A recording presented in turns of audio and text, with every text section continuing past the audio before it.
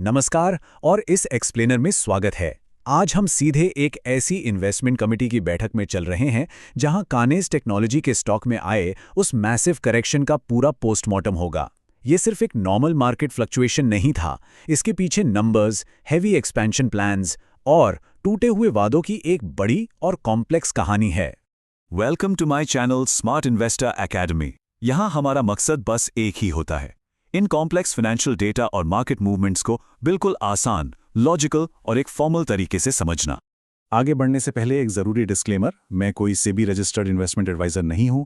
यहाँ शेयर की गई सारी जानकारी सिर्फ एजुकेशनल और इन्फॉर्मेशनल पर्पसेस के लिए है और ये किसी भी तरह की फाइनेंशियल एडवाइस नहीं है। सिक्योरिटीज़ मार्केट में इन्वेस्टमेंट मार्केट रिस्क के अधीन होती है, इसलिए कोई भी डिसीजन लेने से पहले प्लीज़ एक क्वालिफाइड फाइनेंशियल एडवाइज़र से कंसल्ट ज़रूर करें या अपनी खुद की रिसर्च करें। और हाँ, अगर इस एक्सप्लेनर से मदद मिलती है, make sure to subscribe to my channel and also hit the like button for more information. चलिए अब एनालिसिस शुरू करते हैं। आज का एजेंडा बिल्कुल क्लियर है। हम Q4 रेवेन्यू पैराडॉक्स से शुरुआत करेंगे, उसके बाद समझेंगे टूटे हुए ट्रस्ट की कीमत, एडवांस्ड ओसैट में शिफ्ट, हेवी कापेक्स से आने वाला मार्जिन स्क्वीज, प्रीमियम वैल्यूएशन की करंट रियलिटी और आखिर में एक क्लियर फ्यूचर इन्वेस्टर चेकलिस्ट पर बात करेंगे। सबसे पहले आते हैं आज की कोर मिस्ट्री पर, द Q4 रेवेन्यू पैराडॉक्स। अब देखिए, ये समझना थोड़ा अजीब लगता है कि एक कंपनी का रेवेन्यू बढ़ रहा है, टॉप लाइन स्ट्रांग है, फिर भी मार्केट उसे इतनी बुरी तरह पनिश क्यों कर रहा है। डेटा को ध्यान से देखिए। रेवेन्यू 26% बढ़कर 1243 करोड़ हो गया, जो कि बहुत अच्छी बात है। लेकिन नेट प्रॉफिट वो 21.5% गिरकर सिर्फ 91 करोड़ रह गया। पीएटी मार्जिन्स 11.8% से सीधा 7.3% पर आकर गिर गए। दरअसल गैप यहीं पर है। रेवेन्यू ग्रोथ तो हो रही है, लेकिन उस ग्रोथ को लाने का खर्चा इतना ज्यादा है कि ओवरऑल प्रॉफिटेबिलिटी बिल्कुल स्क्वीज हो चुकी है। और इसी पैराडॉक्स का नतीजा था स्टॉक में एक भारी 20% का क्रैश। एक ही झटके में मार्केट ने इन फाइनेंशियल्स को पूरी तरह रिजेक्ट कर दिया। लेकिन ऐसी नौबत आई क्यों? इसे डायग्नोस करने के लिए चलते हैं the cost of broken trust पर। मार्केट किसी भी एग्रेसिवली ग्रोइंग कंपनी की एक वीक क्वार्टर को तो इजीली माफ कर देता है, लेकिन जब मैनेजमेंट अपने ही दिए हुए वादे तोड़ने लगे तो सजा जरूर मिलती है। इस चार्ट में देखिए कि इंस्टीट्यूशनल कॉन्फिडेंस कहां टूटा। शुरू में मैनेजमेंट की ओरिजिनल रेवेन्यू गाइडेंस लगभग 4,450 करोड़ की थी। फिर एग्जीक्यूशन डिलेज आए तो उन्होंने इसे रिवाइज करके 4,100 करोड़ कर दिया। लेकिन एक्चुअल FY26 रेवेन्यू कहां आकर रुका? सिर्फ 3,626 करोड़ पर, यानी लोअर टारगेट्स को भी नियरली 474 करोड़ से मिस कर दिया गया। और यही सबसे बड़ी वजह है कि इंस्टीट्यूशनल इन्वेस्टर्स अब इनकी फोरकास्टिंग एक्यूरेसी और प्रॉमिसेस को लेकर बेहद कॉशियस हो गए हैं। Q4 का ये स्पेसिफिक मिस देखिए। एक्सपेक्टेड रेवेन्यू था 1,700 करोड़ के आसपास और एक्चुअल आया सिर्फ 1,242 करोड़। एक कंजर्वेटिव एनालिस्ट के पॉइंट ऑफ व्यू से सबसे बड़ा रेड फ्लैग यही होता है। जब करंट गाइडेंस रिलायबिलिटी ही ना हो तो मैनेजमेंट के फ्यूचर लॉन्ग टर्म प्रॉमिसेस पर ट्रस्ट करना बहुत मुश्किल हो जाता है। तो अब सवाल ये है कि एग्जीक्यूशन इतनी वीक क्यों हो रही है? इसका जवाब छुपा है यहां, shifting to advanced semiconductor OSAT। दरअसल कंपनी के बिजनेस मॉडल में एक बहुत बड़ा ट्रांजिशन चल रहा है। एक तरफ है इनका ट्रेडिशनल EMS यानी स्टैंडर्ड इलेक्ट्रॉनिक्स, जैसे ऑटो या मेडिकल डिवाइसेस की असेंबली। ये कंपैरेटिवली कम कॉम्प्लेक्स होता है। और दूसरी तरफ है एडवांस्ड OSAT और HDI PCB। ये नया सेमीकंडक्टर स्पेस इंतहाई कॉम्प्लेक्स है, टेक्निकली डिमांडिंग है और सबसे बड़ी बात, हाईली कैपिटल इंटेंसिव है।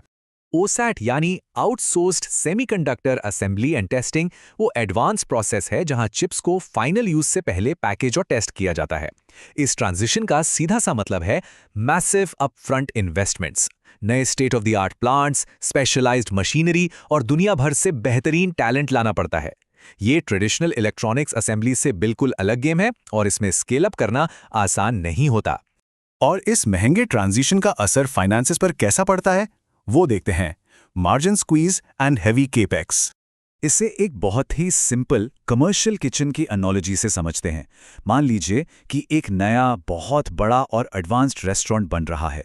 अब वहाँ शुरू में ही सबसे महंगे ओवन्स खरीदने पड़ेंगे, जिसे फाइनेंस की भाषा में हम ग्रॉस ब्लॉक और उस पर लगने वाले डिप्रिसिएशन कहते हैं।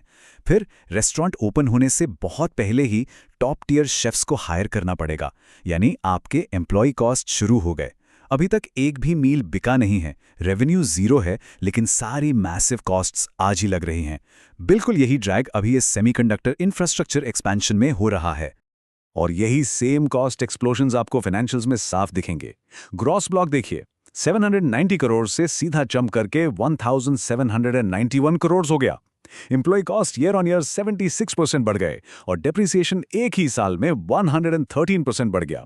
जब नए एसेट्स बन रहे होते हैं तो राइजिंग डेप्रिसिएशन और labour cost short term net profit margins को पूरी तरह खा जाते हैं। मैसिव स्केल की फैसिलिटी बनाते वक्त ये हाई ऑपरेटिंग कॉस्ट आना नॉर्मल है, लेकिन जब उस एक्सपेंशन के सामने एक्चुअल रेवेन्यू रियलाइज नहीं होता तो ओवरऑल रिटर्न ऑन इक्विटी गिरने लगता है।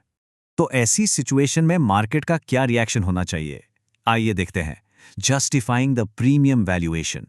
एक स्केप्टिकल एनालिस्ट के नजरिए से देखा जाए तो इन सब मार्जिन प्रेशर्स और हेवी मिस टारगेट्स के बावजूद स्टॉक का प्राइस टू अर्निंग्स रेशियो यहां 60 पर खड़ा है। इतने हाई पीई का मतलब है कि मार्केट अभी भी इसे एक प्रीमियम ग्रोथ स्टोरी मानकर चल रहा है। और यही सबसे बड़ा एग्जीक्यूशन रिस्क है। अगर इतने अग्रेसिव कैपिटल एक्सपेंशन के दौरान एक भी क्वार्टर में मैनेजमेंट दोबारा फेल होती है तो स्टॉक में बेहद एक्सट्रीम वॉलेटिलिटी देखने को मिल सकती है, क्योंकि ऐसी हाई वैल्यूएशंस परफेक्शन डिमांड करती हैं। तो ऐसे माहौल में क्या किया जाए? ये रही एक clear future execution investor checklist. आने वाले क्वार्टर्स में रिटेल शेयरहोल्डर्स और सीरियस इन्वेस्टर्स को 3 स्पेसिफिक माइलस्टोन्स ट्रैक करने होंगे। स्टेप 1, नए सेमीकंडक्टर फैसिलिटीज की कैपेसिटी यूटिलाइजेशन पर नजर रखनी होगी। अगर कैपिटल एक्सपेंडिचर हो रहा है पर कैपेसिटी यूज नहीं हो रही तो वो एक बड़ा रेड फ्लैग है। स्टेप 2, राइजिंग डिप्रिसिएशन और एम्प्लॉय कॉस्ट्स के सामने प्रॉफिट मार्जिन की रिकवरी कैसे हो रही है, इसे कंटिन्यूअसली मॉनिटर करना होगा। और स्टेप 3, मैनेजमेंट की आगे की गाइडेंस को रिगरसली वेरीफाई करना होगा। अगर एग्जीक्यूशन में कंसिस्टेंसी नहीं आती तो प्रॉब्लम बड़ी हो सकती है। तो इन सब के बाद आखिर में सबसे बड़ा और जरूरी सवाल यही रह जाता है, क्या मैनेजमेंट बार बार गाइडेंस फेल होने के बाद इंस्टीट्यूशनल इन्वेस्टर्स का वो ट्रस्ट वापस जीत पाएगी? क्या सेमीकंडक्टर मैन्युफैक्चरिंग का ये huge long term potential in short term profit squeezes और एग्जीक्यूशन डेफिसिट्स को जस्टिफाई कर पाएगा? ये एक ऐसी थॉट है जिसके बारे में हर निवेशक को आगे आने वाले नंबर्स देखने से पहले सोचना पड़ेगा।